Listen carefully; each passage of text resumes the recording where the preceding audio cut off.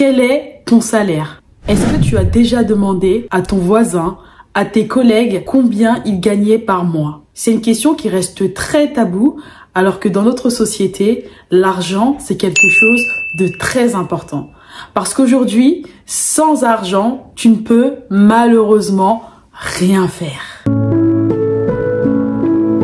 Salut les filles, j'espère que vous allez bien. Moi, ça va très très bien.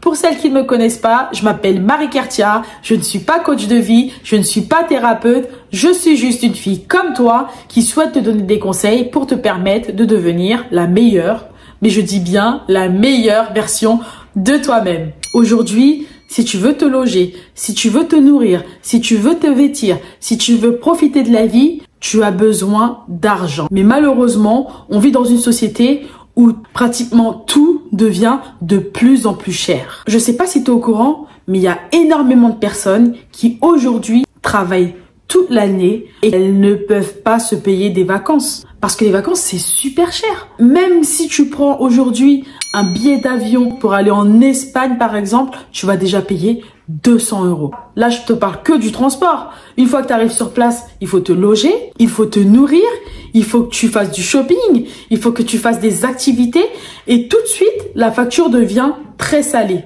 Heureusement, Dieu merci, je l'ai remarqué très très tôt et je me suis toujours dit, ok, je vais avoir un salaire. Ce salaire va me servir pour payer mes charges primaires. Mais après ça, je vais faire en sorte de créer un revenu secondaire qui, lui, va me permettre de m'épanouir, de m'amuser, de dépenser sans forcément me restreindre. Et là, on parle de chemin vers la liberté financière. Je ne sais pas comment tu gères ton budget, mais laisse-moi te donner un conseil très, très important. Quand tu reçois ton salaire, paye-toi en premier. Pour que tu puisses vivre correctement, il faut que tu puisses mettre de côté 30% de ton revenu tous les mois de côté. Et ça, faut le faire systématiquement. Il faut le faire tous les mois. Il faut que ce soit une habitude, une routine pour toi. Si tu ne te payes pas en premier, tu vas forcément payer toutes tes charges et au final, tu vas t'oublier. Et pourquoi tu vas t'oublier? Parce que tu n'auras plus d'argent. Tu auras payé déjà toutes tes charges et tu n'auras pas suffisamment pour toi. Donc les filles, lorsque vous recevez votre salaire, payez-vous en premier. Je sais que c'est très compliqué. Là aujourd'hui, je suis partie sur une base de 30%, mais tu n'es pas obligé de mettre 30% de ton revenu de côté. Si vraiment tu n'as pas les moyens parce que tu es étudiante, parce que tu as des charges à rembourser, tu peux tout à fait commencer par 10%.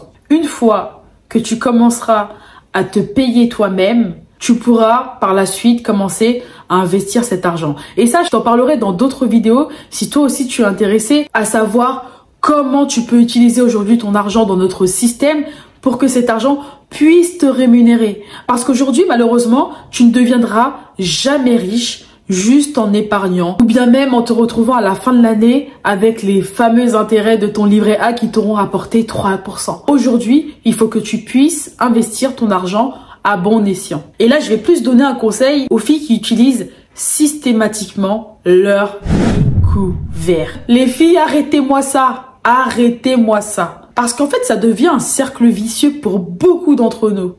Moi-même, j'ai été confrontée à ça. C'est-à-dire que tu vas dilapider tout ton argent et à la fin, tu peux avoir une autorisation de découvert de 300, 500 €. J'ai même vu des personnes avec des autorisations de découvert à 1500 €. Tu te rends compte? 1500 €. C'est-à-dire que tu vas utiliser ces 1500 €. À la fin du mois, tu as ton salaire de 2000 € qui va rentrer. Mais meuf, t'as que 500 € de pouvoir d'achat. Tu te rends compte? Parce qu'en fait, je vais vous dire quelque chose de très important que je pense qu'il y a énormément de personnes qui n'assimilent pas. L'autorisation de découvert ne vous appartient pas. Ça appartient à la banque. Ce n'est pas votre argent.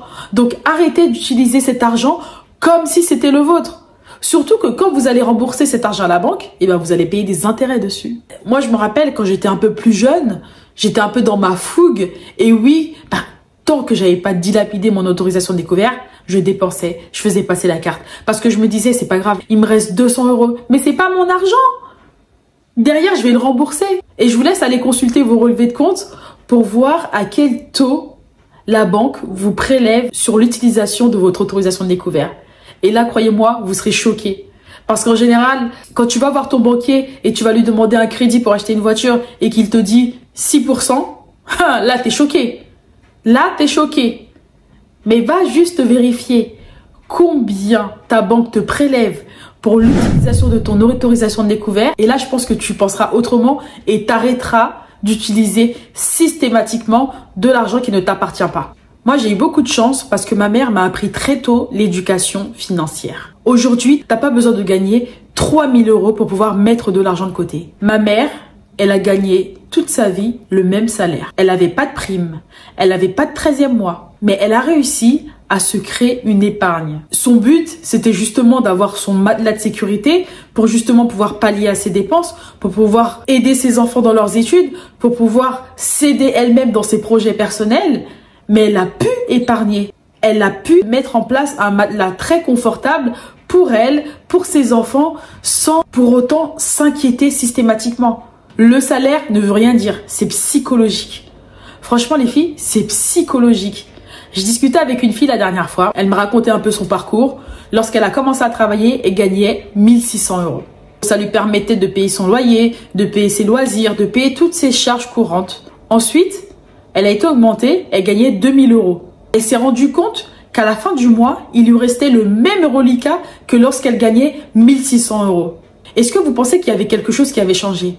Son loyer, elle payait toujours le même prix. Sa nourriture, ça n'avait pas changé. C'était pour ainsi dire la même chose. Mais la seule chose, c'est que tant qu'il y avait de l'argent, elle voulait dépenser cet argent. Donc du coup, plus de shopping, plus de sorties, plus de restaurants. Et ces dépenses l'emmenaient justement à se retrouver avec le même reliquat qu'elle avait lorsqu'elle gagnait 1600 € alors qu'elle gagnait plus. Et là, elle s'est dit non, je vais arrêter ces bêtises. Parce qu'aujourd'hui, si je gagne 400 € en plus sur mon salaire, je suis capable de mettre de côté ces 400 €. Parce qu'avant, avec les 1600 €, elle s'en sortait très bien. Elle arrivait à payer ses charges, elle arrivait à épargner, elle arrivait à mettre de l'argent de côté pour ses loisirs. Tout ça, elle arrivait à le faire. Sauf que psychologiquement, elle n'avait pas cette éducation financière qui lui permettait de se dire « Ah non, ces 400 €, je ne vais pas les utiliser. » Donc, elle a commencé à se comporter différemment. Et après ça, elle a changé de travail. Aujourd'hui, elle gagne 2600 €.